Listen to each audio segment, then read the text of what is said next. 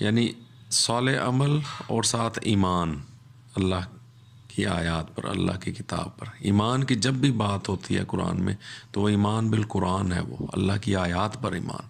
کیوں؟ کیونکہ یہ بک ہی آپ کو گائیڈ کرتی ہے ہر چیز۔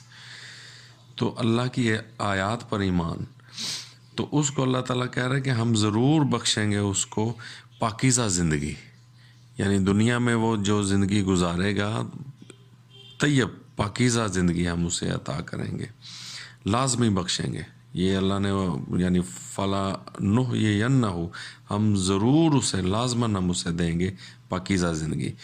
عمل کرے گا جو صحیح صالح، مرد ہو یا عورت کوئی فرق نہیں، اس کو ہو ایمان والا، تو اس کو اللہ تعالیٰ پاکیزہ زندگی عطا کریں گے، اور ہم اسے لازمی جزا دیں گے اس کا